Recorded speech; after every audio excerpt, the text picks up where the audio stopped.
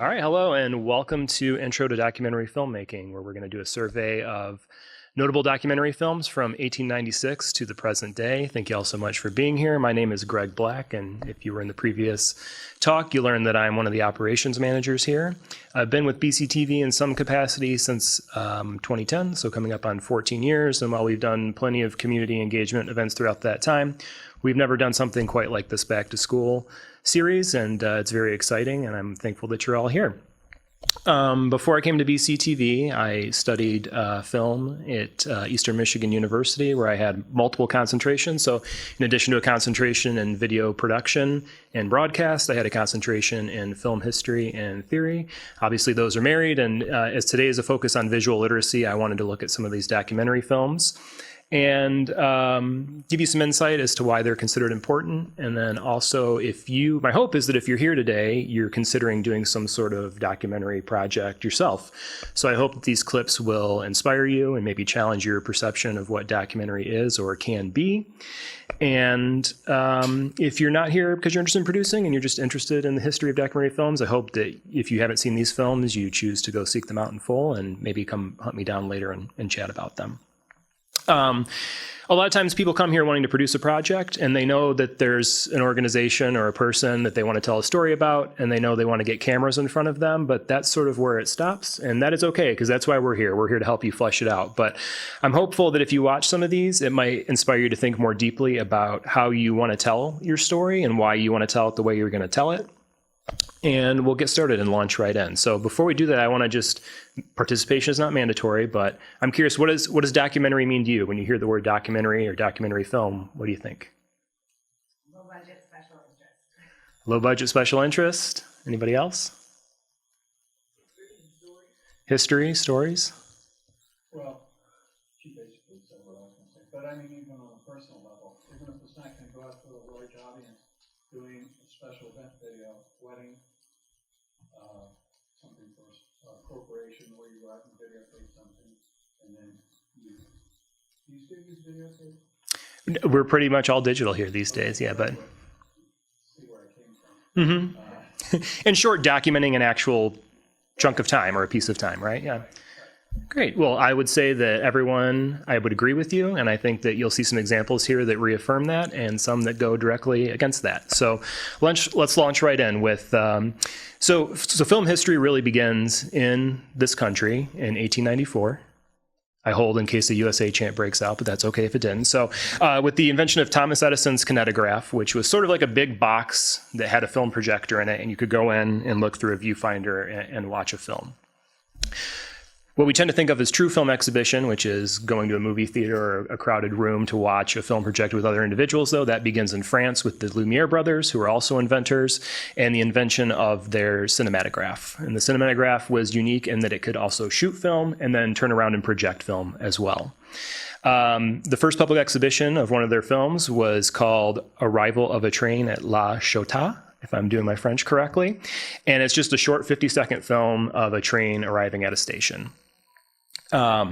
Legend has it that when this was shown, the audience had never seen anything like this before, and as the train approached the screen, people screamed and leapt out of their chairs and a public uproar happened. So when you go back through history now and you watch this, it's just a silent image, but I went ahead and added some sound effects of a film projector and some other things so that you can maybe more accurately feel what it was like to be there.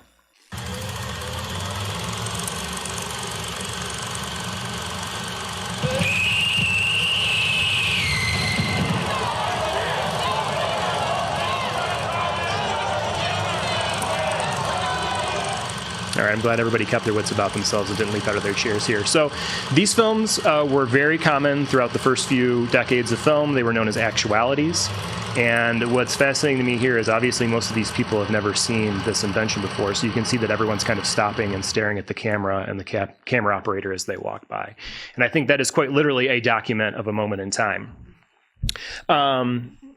As we move on to our next example, which we're going to jump about 30 years into the future in 1923, this is a film called Nanook of the North, and it was directed by a man named Robert J. Flaherty, who worked as an explorer before he was a documentary filmmaker. And if you've seen Nanook of the North or you go back to watch it, you'll see that there are many intertitles at the beginning that go to great lengths to build up his legacy and how this project came about, which is he was paid by Sir William Mackenzie to explore the great far reaches of northern Quebec. And he brought along some film equipment to do on the side. And he met a family of Inuits that he wanted to document. And legend has it that he had all this footage that maybe he wasn't very happy with, but nitrate film stock that they used in the 20s was very flammable, and he was enjoying a cigarette and supposedly lit everything up in flames. So he got a production company to ultimately pay him to go back out to the great north of Canada. And there was one individual that he met named Nanook that he wanted to profile and make a film about him and his family and the ways that they lived. I want to show you this first clip here, which is of Nanook visiting a trading post with his family, where one of the white settlers is showing him a gramophone. This film became a huge, huge hit. If you can't read here, I'll say real quick, the intertitle says, "In deference to Nanook, the great hunter, the trader entertains and attempts to explain the principle of the gramophone, how the white man cans his voice." This film became a box office sensation. There are reports that there's a lot of appropriation of Inuit culture in America. Upon seeing the film, Nanook became something of a star, a movie star, even though he's a real person. Now, all these silent films were often accompanied by some sort of music, in-house music at the movie theater. When they're preserved and restored, often there's a track that's just kind of given to them. But it's important to pay attention to music cues, which obviously this is a very lighthearted, jovial music cue that I think is trying to play off this comedic moment of this very primitive person experiencing Western technology for the first time.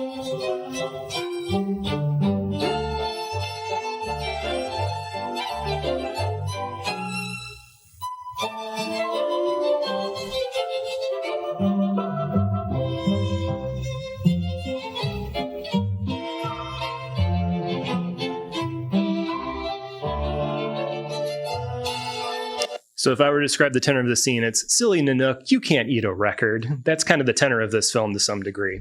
Now, what you don't know is that this individual is not actually named Nanook. His name is Alakajialak. He's a true Inuit. Robert Flaherty thought that the name Nanook, which meant like hunter of bears or bear warrior, was a much more marketable name, and that's what they attributed to him.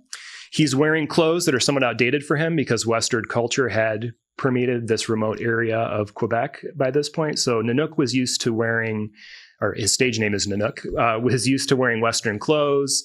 This film, I thought people might not want to watch a walrus be hunted and killed and eaten this morning, so I neglected to not show that clip because it's quite lengthy. But by this point, they were hunting with rifles, and this scene's done entirely. It's a stage sequence using spears and knives. It gets a little grisly. So basically what I'm trying to say here is that this movie is a documentary, but it's often criticized because many of the events you see portrayed were staged. Cameras at this time were huge and bulky, so the idea of maybe pulling out a phone like this and truly capturing a moment in time wasn't really a reality for him. It was extremely cold conditions, and they used some actors to portray Nanook's wives. So what you're seeing to me here really is essentially a movie made with non-professional actors. So people who are aware of the culture, that could have hunted with spears, that could have hunted without rifles, that may not be fully inundated with Western culture, but I think the catch of this film at the time and what made it a hit is this idea that films could take you to remote areas you could never visit yourself and experience a culture in that way.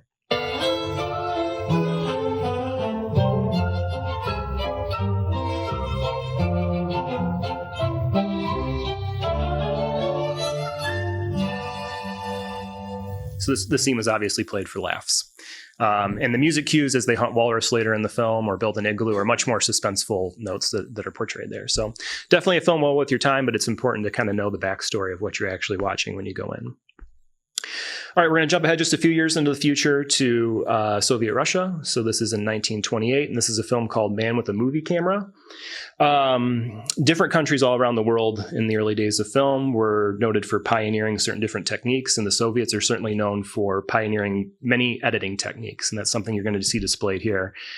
I talked a lot about the music cues used during Nanook of the North, and I'm going to talk over some clips without music of Man with a Movie Camera for a minute, and then we'll stop and hear the score that's attributed to this clip I found. So this film, Sight and Sound, which is a British film publication, does a poll every 10 years to survey numbers of critics and filmmakers about what the greatest films of all time are. In the most recent edition in 2022, this was named the 12th greatest film ever made. And earlier, the publication named it the best documentary ever made. It follows, the director's brother is operating a camera, and it follows him all around street scenes of Moscow and Odessa and Kiev as he just films everyday life. And I think it's important to not watch it with music, because all silent films, if you haven't watched a lot of silent films and you're interested in getting involved, I would highly recommend monitoring the Michigan Theater's film programming schedule, or the Senate Theater in Detroit, as they do a lot of live accompaniment to films. And the music that is chose to be performed can really change the meaning of an image when you're watching it.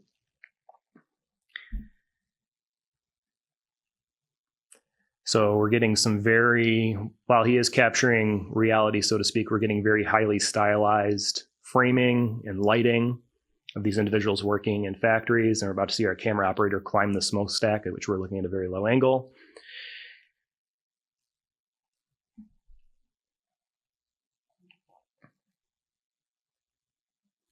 And the spinning and whirling of machines is quite prevalent throughout this.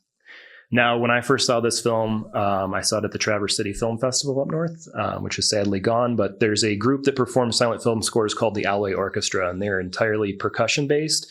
And in addition to traditional instruments, they use things like trash cans and things to bang on, which gives them a very percussive rhythmic score that's really suited to the fast-cutting nature of this film. The version that I was able to present for you today has a much more kind of evocative score. So I want to show how the music you add to your images can change the meaning of it.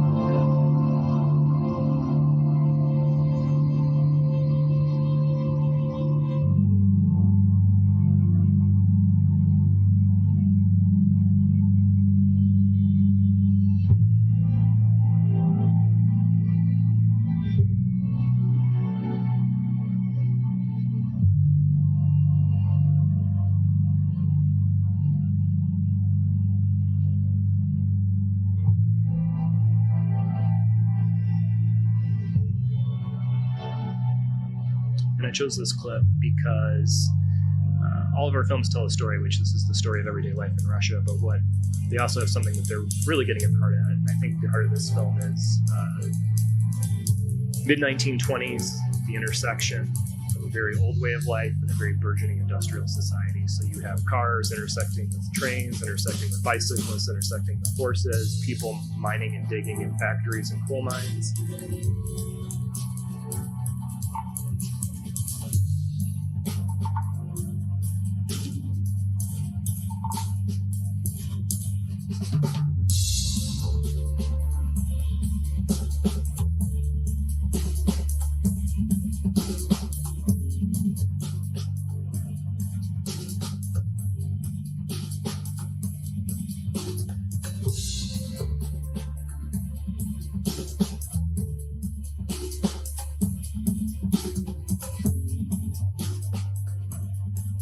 And I mentioned the editing techniques were really revolutionized in Soviet Russia, and that's due to being in the midst of World War I and towards the end of World War I.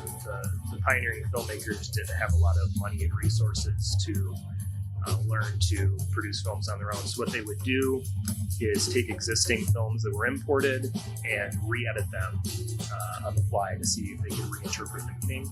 And a lot of these techniques went into films that were sort of essentially communist propaganda.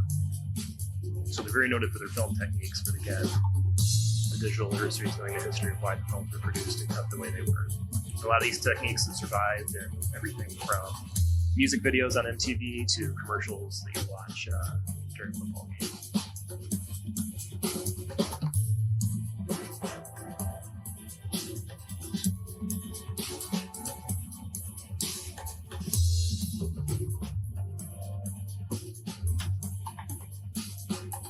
And again, a document in time, that's the real streets of Moscow in the 1920s. So Okay, we're going to jump ahead 30 years again for a new type of film. And this is a very famous film by a director named Robert Drew. It's called Primary, and it tracks the campaign race in the Wisconsin primary between John F. Kennedy and Hubert Humphrey.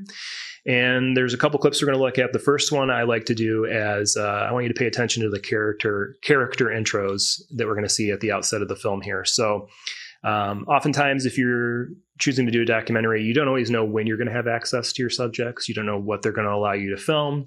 And I don't know what the circumstances were for this particular movie about how those situations were chose, but it's a very deliberate film, so I'm guessing he chose to edit the way he did. But pay attention to the way that when Hubert Humphrey is introduced, he sort of wanders into the movie like he didn't know he was going to be there. And then look at the way that John F. Kennedy is sort of entering an adoring, adulating crowd. Thank you. How you paying that bill? $300, you know what I'm paying now? $1,408. Maybe we can turn it up a notch, Steve. $100 a month. I got a big for the Stanford. Too high. All the school bridge over there. Look, I hope you get good luck. Thank you so much. Yes, sir. Thank you very, very much. See you tomorrow. You betcha. I'll be listening in the morning. Yeah, get in, I'm going to see you, by God. So you come on down to the White House. Have a cup of coffee, huh? Okay. Yeah, good.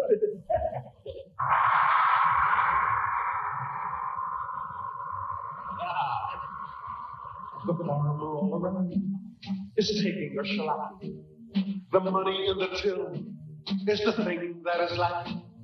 Get rid of it. Your troubles will cease. Put Humphrey in the White House and use our food for peace. Yes, hope for Hubert. Hubert Humphrey, the president for you. We're in the midst of campaign season ourselves, and maybe things were better then, but at least we don't have those campaign songs anymore. So.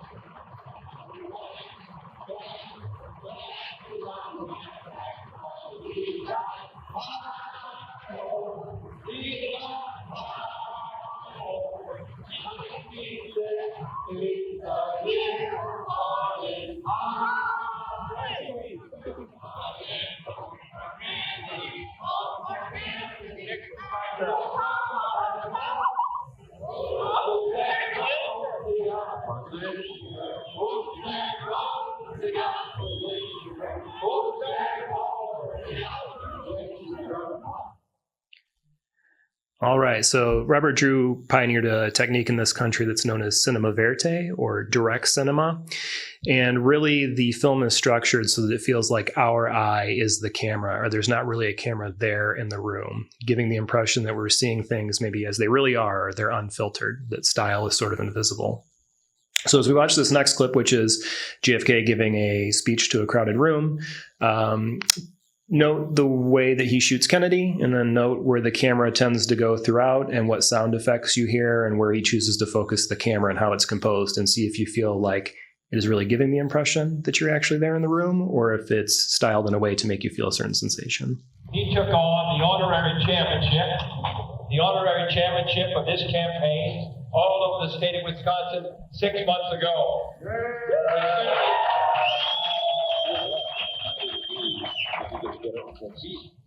This campaign really comes to an end tonight. I don't think there's anybody in the state of Wisconsin who hasn't decided how they're going to vote.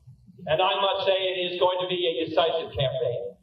I've said on many occasions that I didn't think it was possible to be nominated if I were unsuccessful here in Wisconsin. And I must say I mean it. Clem Zablocki and I sponsor a bill together. The Zablocki-Kennedy bill, as he called it. The Kennedy-Zablocki bill, as I sometimes refer to it. But that bill, which you may not have ever heard about, provides that the Battle Act shall be amended, and it shall be possible for surplus foods and surplus things that we have in this country to be made available to the people behind the Iron Curtain. Unbelievable! We would have passed that bill 2 years ago, but it failed by one vote in the Senate when the president withdrew his support on the day the bill was coming up to vote. That's how important the office of the presidency is. He shall determine what shall be our policy on Berlin. He shall determine whether we shall be at war or peace. This is the key office. And I run for the presidency because, like you, I have strong ideas about what this country must do. I have strong ideas about the United States playing a great role in a historic moment when the cause of freedom is endangered all over the world, when the United States stands as the only sentry at the gate, when we can see the campfires of the enemy burning on distant hills. That's what's at issue today. That's what we are attempting to determine. In the coming months and years, all of us as Americans are going to be called out of the ranks. Our courage is going to be tested. And I am confident that we are going to give the same affirmative answer. That's what I think this election is about. That's what we're going to begin to do on next Tuesday. Thank you. So obviously JFK, one of the most famous and great orators of the 20th century, and I love that cutaway they do of him seeming to not know what to do with his hands, like maybe belies his confidence a little bit that you see forward-facing. All right, one of the camera operators on this film Primary was a man named David Maysles, who along with his brother Albert become two of the prominent documentarians of the back half of the 20th century. And to kind of stick with the theme of the Kennedys, this is a film that he and his brother made about some of Jackie O's cousins who were somewhat living in squalor near Cape Cod, I believe, or excuse me, in the Hamptons. And I want to show this clip for you guys because I consider it it's real efficiency in storytelling. So often if you choose to tell a story, there's a certain amount of backstory that you have to find a way to convey to your audience. And there's a lot of ways you can do that. You can kind of slowly bleed it out over the course of the project, or you could try to front load. And I just think what this movie is really getting at is not how these characters got into the situation. It's about the setup. So I'll kind of expound on it a little bit and then let you watch the clip, which is there's three really important things you need to know about the story. One is the filmmakers are characters in the film. Second, our two main characters in the movie are constantly fighting for the attention of the directors and the camera. And then finally, you get a great economy of images and newspaper that basically tell you everything you need to know. They get all that dirty work out of the way of how these characters found themselves in this situation, and they let it play out. So a lot is accomplished in 3 minutes here.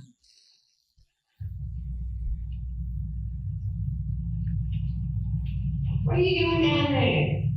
You standing there? Just going to the main room. Whiskers!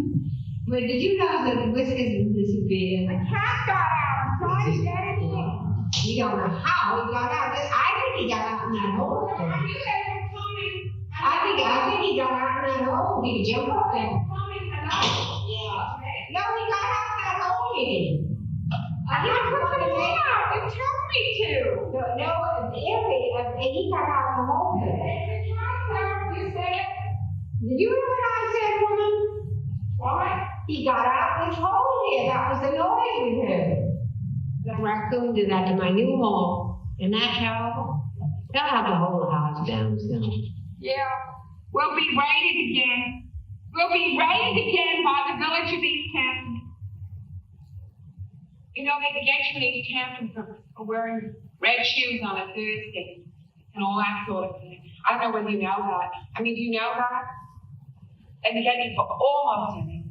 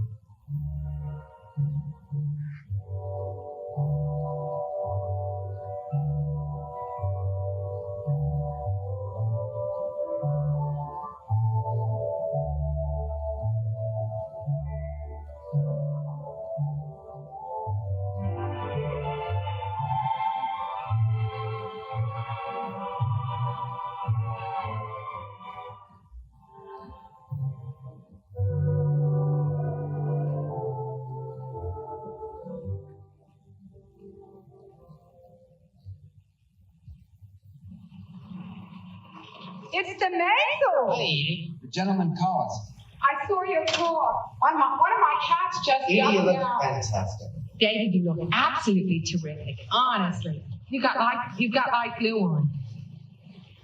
Well, Al, you're still. Mother says you're very conservative. Brooks, everything looks wonderful. Absolutely wonderful. This is the best thing to wear for the day. You understand? Yeah. Because I don't like women in skirts. And the best thing is to wear pantyhose or some pants under a short skirt, I think. Then you have the pants under the skirt. And then you can pull the stockings up over the pants underneath the skirt. Mm-hmm. And you can always take off the skirt and use it as a cape. So I think this is the best costume for the day. All right, I like that she says it's the best costume for the day because it really gives the impression that she knows she's going to be in a movie. It's like her wardrobe for the scene.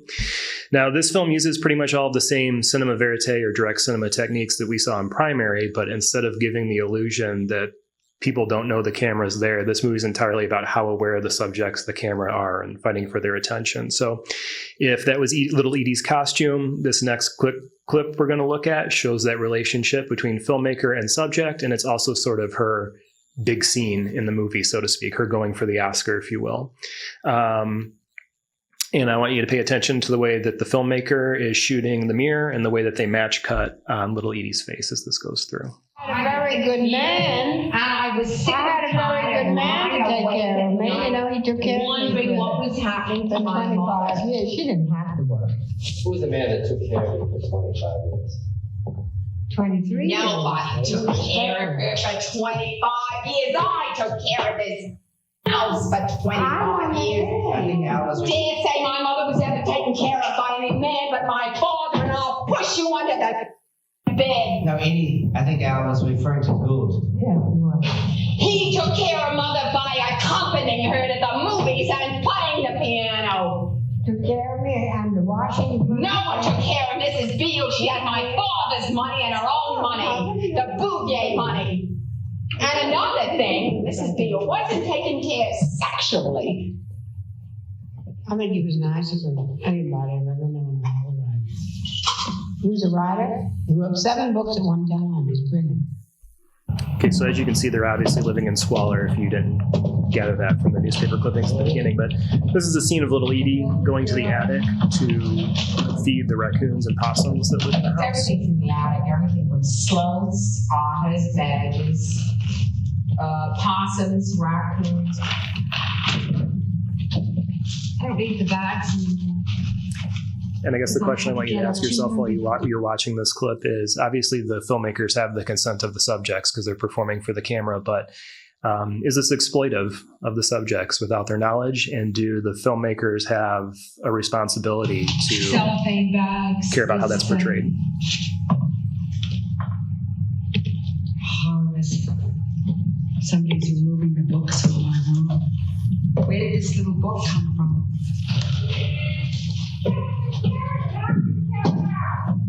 No, Jerry hasn't done himself out.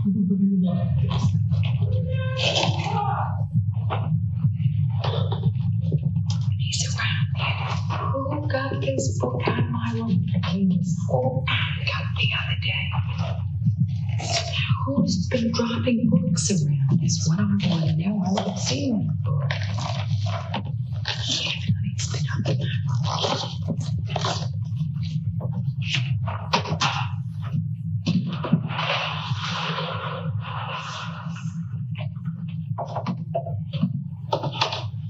I busted on the path.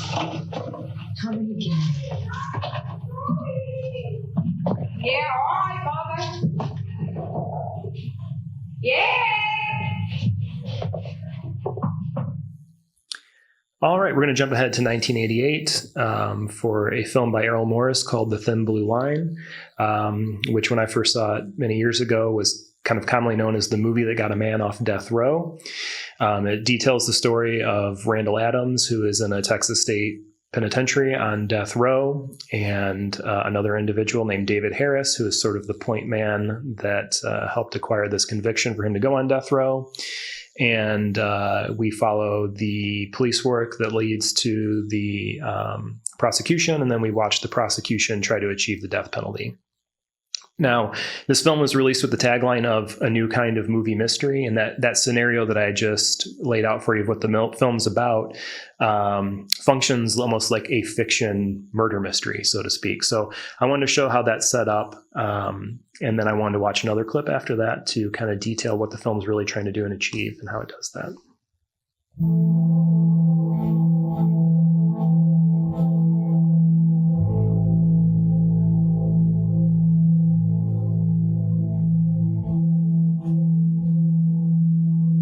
October, my brother and I left Ohio. We were driving to California.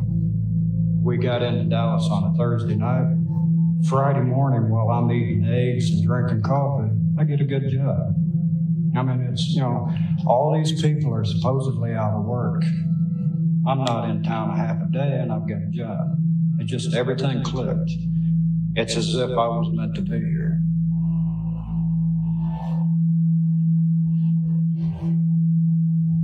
I'd run away from home a couple of times, once or twice, I don't know. And this all started David running away from home. I took a pistol from my dad's and a shotgun. Took a neighbor's car. They had broken in their house or something and got the keys to it. I forget exactly what it was.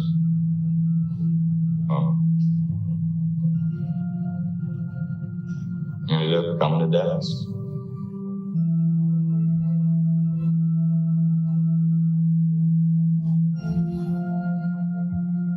I went to work and no one showed up. Being a weekend, sometimes they worked, sometimes they didn't. On the way home, I ran out of gas. And as I was walking down the street with the gas can, a person at that time pulled over and, I guess since I had the gas can, he figured I was out of gas. I wasn't 100 yards from the car. And being Thanksgiving weekend, there was no gas stations open. So he stopped and asked me if I needed any help. I'm driving down some street somewhere in Dallas. I just turned 16. And there was a guy where I think he ran out of gas. I took him to get some gas. This was Randall Adams.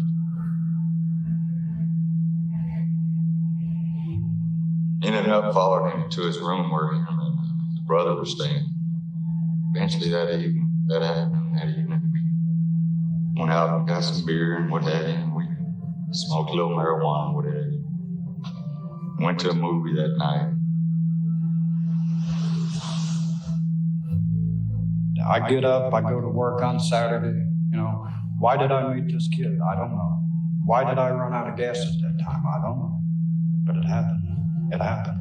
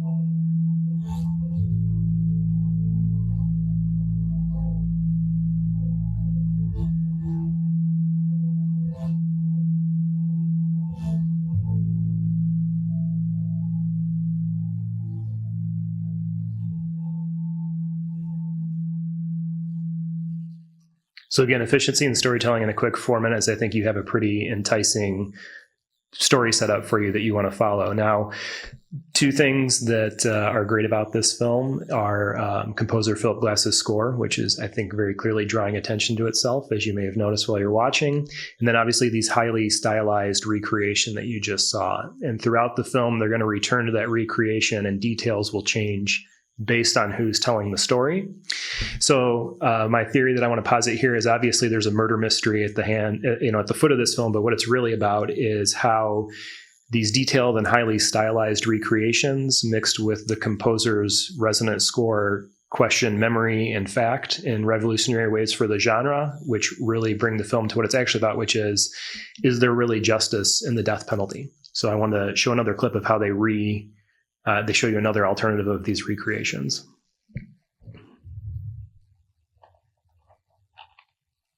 If you're the investigator assigned to the murder and you get frustrated with other witnesses, but when you got a police officer that witnessed it, you expect that they would know a little more than she knew. Procedure when there's a two-person unit, when either one approaches a car, the other positions itself to the right rear where they watch all the activity in the car. And if the man on the left, the driver, gets in trouble, well, the partner's in a position to help. Speculation was at the time that his partner was sitting in the car.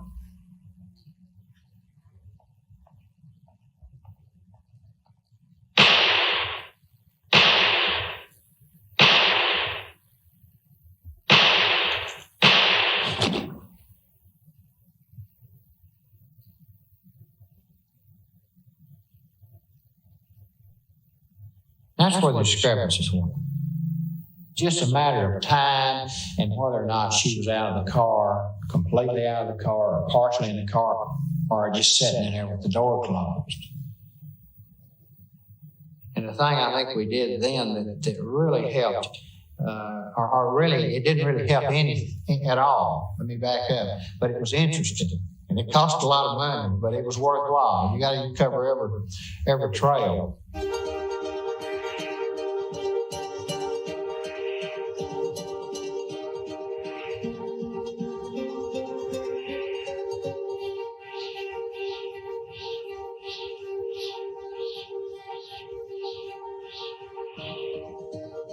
Guy out of California, I don't recall his name, was an expert in hypnosis, came in, hypnotized her and questioned her.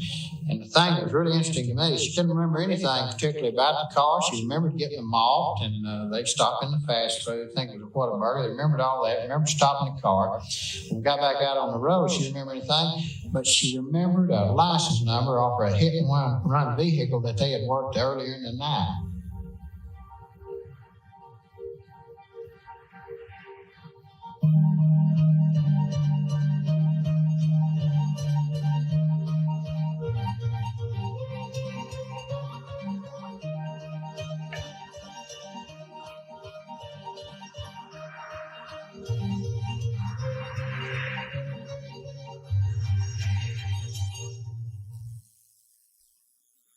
All right. Has a chocolate milkshake ever looked more beautiful and appetizing than the one that's thrown out the window in this scene? So obviously, one of the things we mentioned is documents are real. And this film uses, staged nonfiction techniques to amplify the nonfiction message it's trying to get across.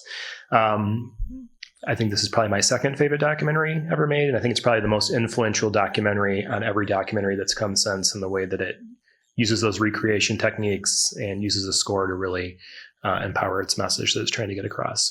All right, we have one last set of clips we're going to look at, which is from a 2016 film called Camera Person, which was made by a woman named Kristen Johnson. And she's worked as a cinematographer and camera operator on several other documentarians projects. She's worked with Michael Moore. She's worked with a lot of investigative reporters doing, photojournalism in war-torn areas. The subject matter of this film can often be very heavy, but I think it's a very rewarding watch. The director refers to it as her memoir of her life.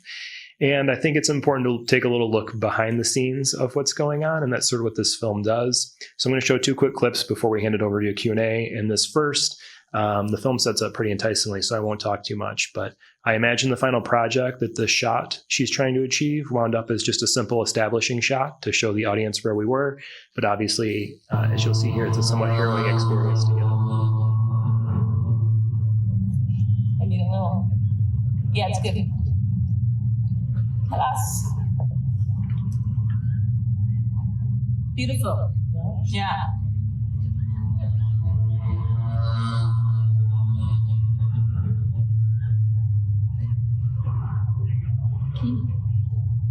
It's beautiful. Yes, thank you. Nice, actually, both your hands. Yeah. Oh, really? Let's redo it.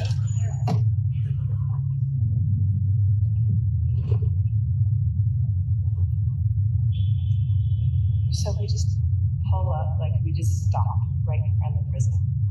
All I need is maybe 20 seconds. That needs some tricks. Yeah. I have to stop the car for some seconds to go to the shop to get some water, and you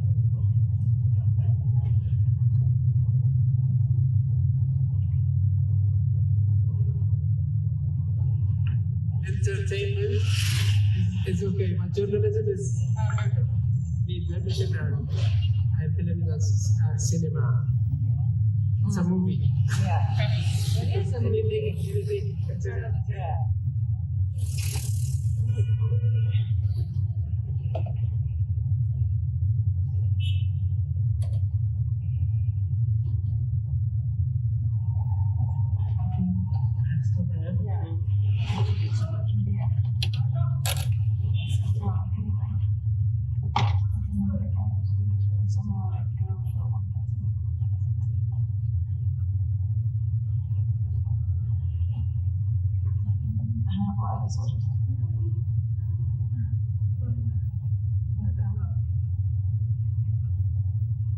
Yeah, I need to go there.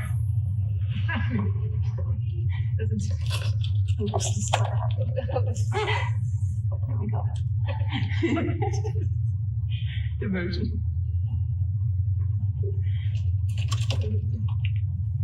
Wait. Yeah. Wait, stop.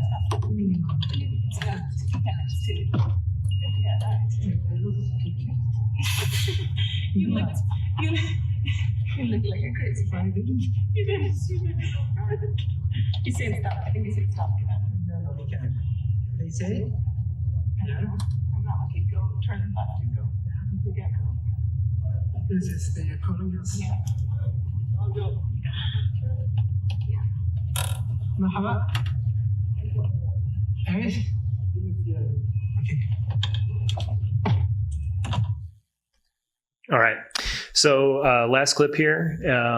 And, you know, if you're choosing to do a documentary and you want to work with BCTV to do that, I know that your subject or your topic might not be as exotic as something like the far reaches of northern Quebec, or as dangerous as, you know, going to an Al-Qaeda prison in Yemen, or maybe as high profile as a president of the United States. But I think there's a lot of techniques in these films that you can learn. And what I most hope that I highlighted is the relationship that these filmmakers have with their subject is the thing that most informs the documentary, whether it's the style or the technique. And, you know, I think all documentarians need to ask themselves, what is their responsibility to that subject? So this last clip I wanted to show is one that has most stayed with me from this film camera person. And you're going to see our director really establish that she's built a relationship and a friendship with her subjects. And then when a situation arises that could be dangerous, what do you choose to do as the filmmaker in that moment?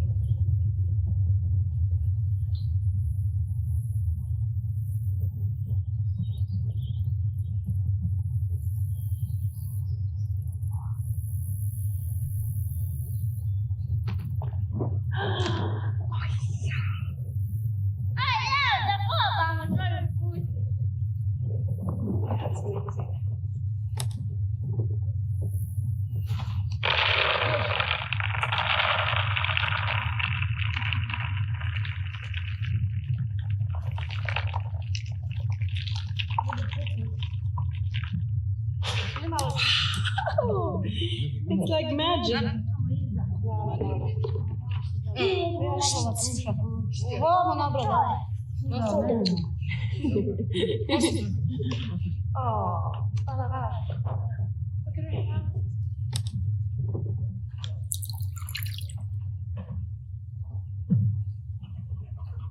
Dobra. Thank you so much.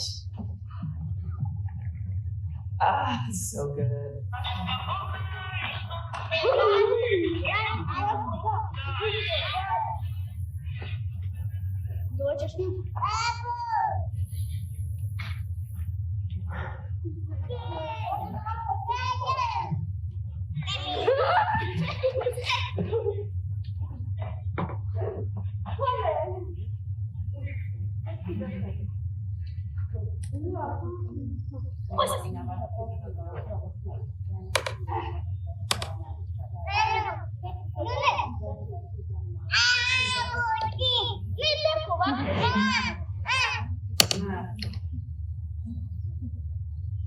Oh, please.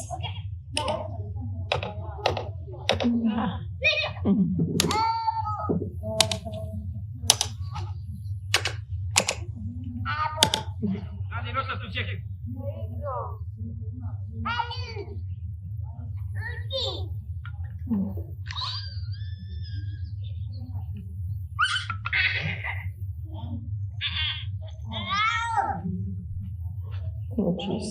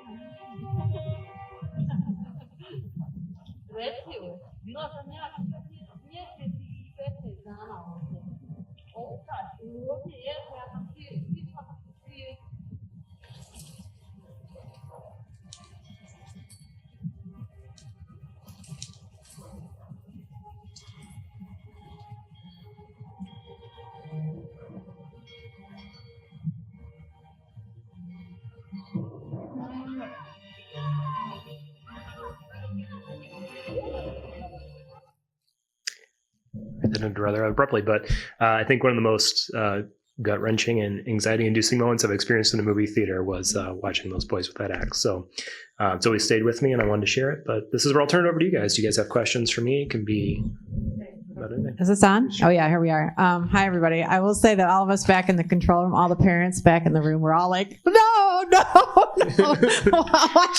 watching that moment with the axe. So, and the prior clip, I think we were waiting for a car explosion or something to happen outside because we're like, anyway. So we've dealt with organizations that make you feel like you might be covering an Al Qaeda prison camp, but never anything quite that intense. But some people treat it like they're that secretive, but yeah. So thanks, Greg. Nice job. Thank you. And do we have any questions for Greg? I have one. Where did you learn all that stuff? When did you pick up all that knowledge? So I studied film history and theory in college, as I mentioned at the outset, and it's just my studies didn't stop when I got my degree. I've just kind of kept it up and active and remained passionate. And, I'm lucky that I have a job where part of it is getting to put some of that to practice. So, yeah. I think we all start that way. We all start production careers just being in love with telling stories in this fashion. And, our careers evolve in one way or another, but it all starts out with that kind of passion for storytelling. Absolutely. Okay.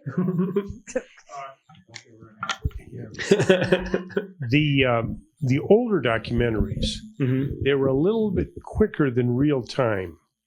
And I've heard before something about how many frames per second or something like that. Yeah, so the standard is 24 frames per second because they say that's most what the human eye matches in movement. And there's two things that affect it. One is at what speed is it projected and at what speed is it filmed. So 24 frames per second is the standard. So if you were to shoot something at 12 frames per second, it's essentially going to happen twice as fast. If you film it at 48 frames a second, it's going to happen twice as slow. Some of those older ones, I suspect that they may have been speeding up the film so for example, there's one in Man with a Movie Camera where you notice the camera is underneath the train and you watch the train sail over the camera. If you look at the people on the sides of the frames, they're not walking like normal people. They're very rushed. And I suspect that to probably achieve the momentum of the train, they staged that shot in a way to film it and make it look like it's going faster. So it was kind of subtle. It wasn't a lot. Mm-hmm. It was just a little bit. Yeah. Where can you get Man with a Camera? Is that streaming on anything that you know of? Yeah, I know that you can purchase it. You can rent it on Amazon. And then two things that I can't confirm. I would imagine that our local Bloomfield Township Public Library has a way for you to watch it, even if it's physical media. And then I believe our library participates in a streaming service called Canopy. If you're not familiar with Canopy, all you need is a library card and your library has to participate. But you can rent up to 15 films a month for free, and they have tons of archives. So I think you might be able to find it there. There is that version that I showed you, may be on YouTube. I don't know if it's on. You might find it on YouTube. Mm-hmm. Yeah, I mentioned that I saw it with the LA Orchestra. So it's just people like banging on drums. So that like watching the machines whirl and people speed down the street when it's the whole time is like I remember it being a piece of like momentum. Whereas this piece, it feels much more like a daydream or like a daze or something, So the score really does have an effect on how you experience it. Yes. What was the name of the police documentary?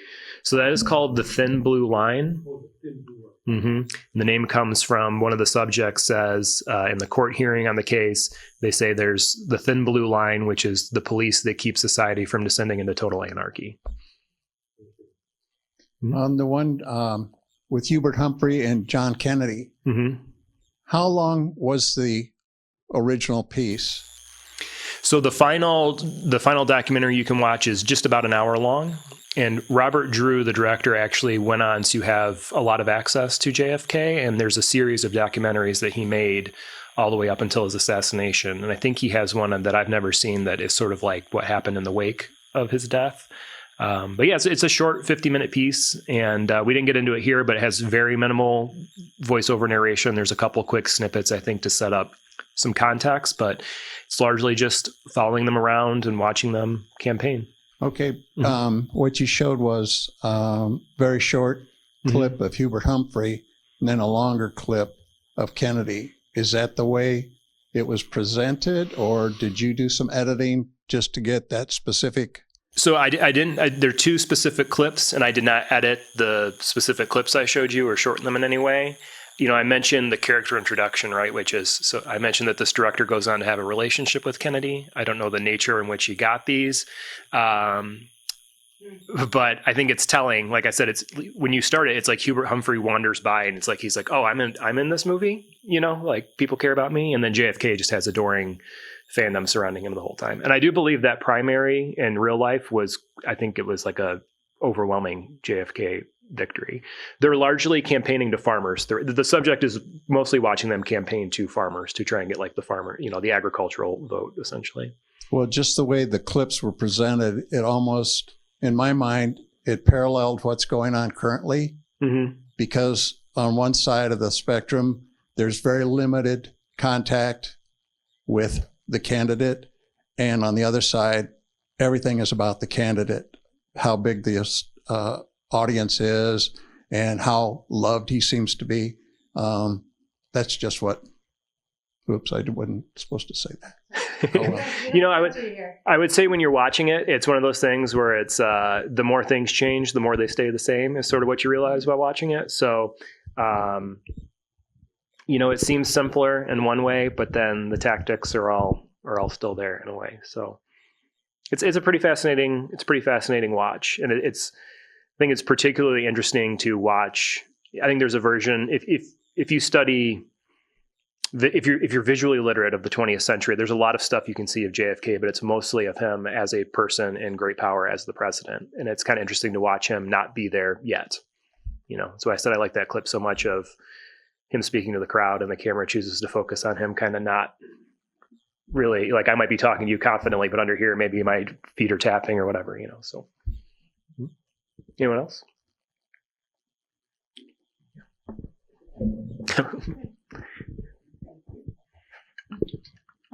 Do people often do documentaries for the community television, or do you have a lot of them? Or I would say it's not unheard of, but especially since Carrie's come on board in the last couple of years, I think we've kind of ramped up that side of our production. Would you agree?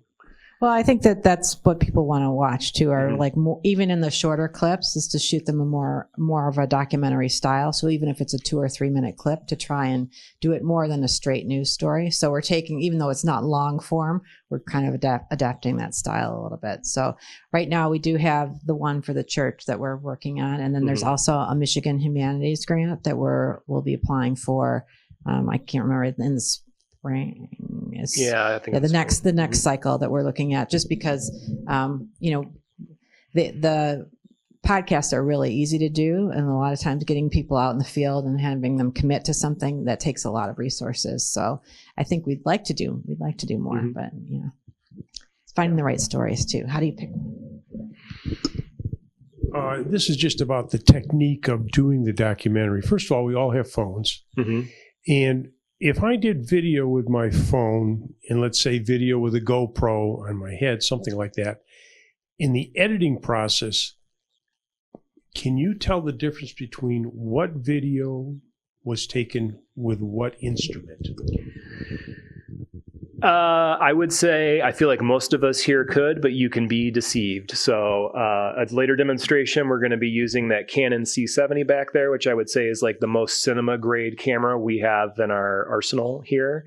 And I've seen footage taken on iPhones that I would think were from that camera. So it can vary. I think what you see a lot though is it's all about the camera operator, right? So it's the operator. That's exactly what I was going to say, Greg. Yes, so, I mirror that. A static image you might not be able to tell, but when, especially if we're watching in the edit bay and it's not like you can see a shaky image when it hits or you can hear it. Yes, about the operator, but the editing process, you know what I mean? You can cut out a lot of the jiggles and the things like that. I just kind of wonder about storm chasers. Are you familiar with storm chasers? Yeah. And I would think that world, do they just film that with phones now? I don't know. There was a movie over the summer, the sequel to Twister came out, which I still haven't seen yet. That might be answered in that movie. I don't know. But I'll tell you, working with GoPro, so I shot a documentary on a sailboat with mostly, it was mostly GoPros. And then by the end, it was the Port Huron to Mackinac race. And I did have a regular camera with me, and then I had some GoPros. And the hardest thing by the end of the race was changing the batteries. So when you start working with those kind of smaller devices, that sometimes can be the challenge, even more than operating it. It was just like keeping the batteries charged and keeping them, in the camera. So you can run into problems in production as well.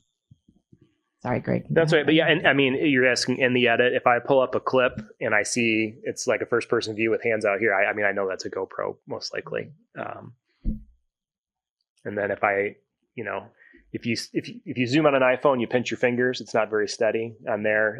If you have a zoom lens, so I could probably, I feel like if I took a test, I'd get a 90% at least. So. You could probably tell. But the bicycle video, I think we shot with 4 GoPros and then the 70, that camera over there. So if you went into the edit suite, even you could probably tell. So, yeah. Any other questions from anybody? I'll be hanging around eating barbecue as well, so feel free to talk documentary with me then. So I dropped when I showed Thin Blue Line, I said it's my second favorite documentary of all time. That's because I was hoping someone would say, Greg, what's your first favorite? So my favorite documentary is a movie called American Movie, and it's about an independent filmmaker and his friends and family that live in Wisconsin. I believe they're in Milwaukee. And he's he's an anti-hero in a lot of ways. He's very lovable, but you also watch him make many mistakes as a ex-husband and dad and friend and son along the way. And it's a really great movie if you've never seen it. It's by a man named Chris Smith, who's done several documentaries throughout his career. It's called American Movie.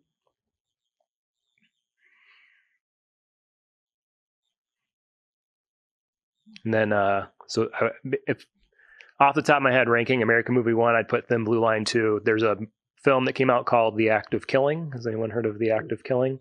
So it's by a man named, the director's a man named Joshua Oppenheimer. And if you watch it, the credits all list anonymous to protect the identities of everyone but him that worked on the movie. And they followed these, they're now people of power in Indonesia, but they were effectively gangsters who went about killing all the communists in Indonesia. And in addition to documenting their story, he's making a movie about how they committed all these murders. So he has the individuals who committed the murders recreate the murders for the movie. And it's a really fascinating story. And then he made a sequel recently that I still haven't seen called The Look of Silence, which, so the first film, The Act of Killing, is about the perpetrators. And then his sequel, The Look of Silence, is about the victims and the victims' families, essentially. So, yeah. You know, Robert Blake made a movie with Ben Booth. Is that from that? I don't know. Is he the actor who did? I don't know if he was convicted or allegedly murdered his wife. Yeah, he's in the adaptation of In Cold Blood. Correct? Is that Robert Blake? Yes. Okay. Yeah, I know who you're speaking about. Yeah. It's a fantastic movie. Mm-hmm. It is. But yeah, he also did a movie called The Thin Blue Line. And I'm just wondering if that was. I'm not familiar with that one, so I can't say. I'll have to look it up. I'm interested to know. Yeah. The actual events of Thin Blue Line take place, I believe it starts in 76 or 78. So I don't know when that movie would have come out, but to be based on the actual events. Mm-hmm. Yeah.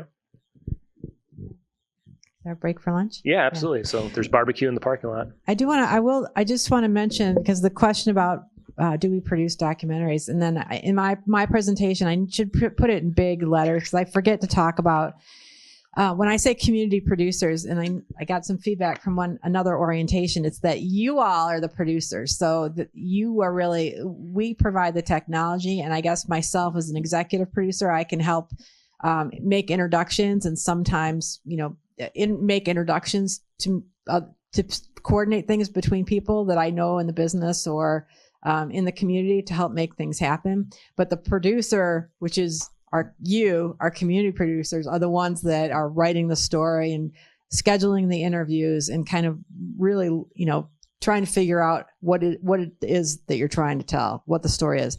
It's not really up to us to do that because we make like 700 hours of television every year. So it's a lot of, there's always something going on and we can't get very deep into each production. There's maybe a few that we can get really involved with, but it's really the community producer who's shepherding the show. And I forget that don't explain that well enough sometimes. Let me just ask a question about that. Yes. Just say you made a short film. Yes. 5 to 10 minutes. And you want to broadcast it. Yes. Let's say you want to take the Sundance. It's so good. Right. You want to take the Sundance. Yes. Do you have a problem with that, or does that get into? No, the ownership is really with the producer. The ownership is with the producer. If I did that, I would own the movie. Blah blah blah. And I could do that. In the policies and procedures, I think that if you were to make money, you would have to pay back essentially the station 20%, but it hasn't happened in a long time. And that's still, I think those rules are kind of evolving right now as well. We aren't here to produce content that you want to monetize or make, use for business purposes, like to sell your business directly. Yeah. Sure. Would you have a problem with it being monetized? No. I mean, hey, knock yourself out. I know. I also understand how difficult it is to sell anything because I've been in business for so long with many other independent producers. And most of the time, even with the intention of trying to make money, you're not going to make money. I mean, it's just, unless you have, these days, unless you have some kind of talent attached, it's very, very difficult. Not saying it doesn't happen, but it's a rare occurrence. You're saying when you say talent, known. Correct. Known talent, which could be either Hollywood talent or Instagram talent, or whatever. There's other kinds of talent now, but there needs to be someone attached to it that can help. Yeah. Because it's tough to make money. That's why I like being here, because when we get to tell stories and I don't have to worry about it. We can broadcast it and get the stories out there, and feel like if there's just even one person that's affected by the story that's told, and that's great. And it's also about the journey of the producer. It's the telling of the story that's the constructing the story. The work itself is worth the effort as an artist sometimes, and a storyteller. Yes. All There right. you go. Yeah. If you're familiar with the Criterion channel, you may know the Criterion Collection, the physical media service, but they have a streaming service. Primary is on there. The Thin Blue Line is on there. Grey Gardens is on there. Several of these movies are in their collection. It's called Criterion Channel. I can write it down for you after we leave. But They're like the really artsy movies. That's kind of what they're known for, right? Historical. Yeah, it's kind of like It's a collection, very curated collection. Correct. Yeah, they're very. I don't want to say they're not snobby, but they're I wouldn't very. say They have, snobby, but they have a certain level of you're more excellence. likely to find something like Grey Gardens than.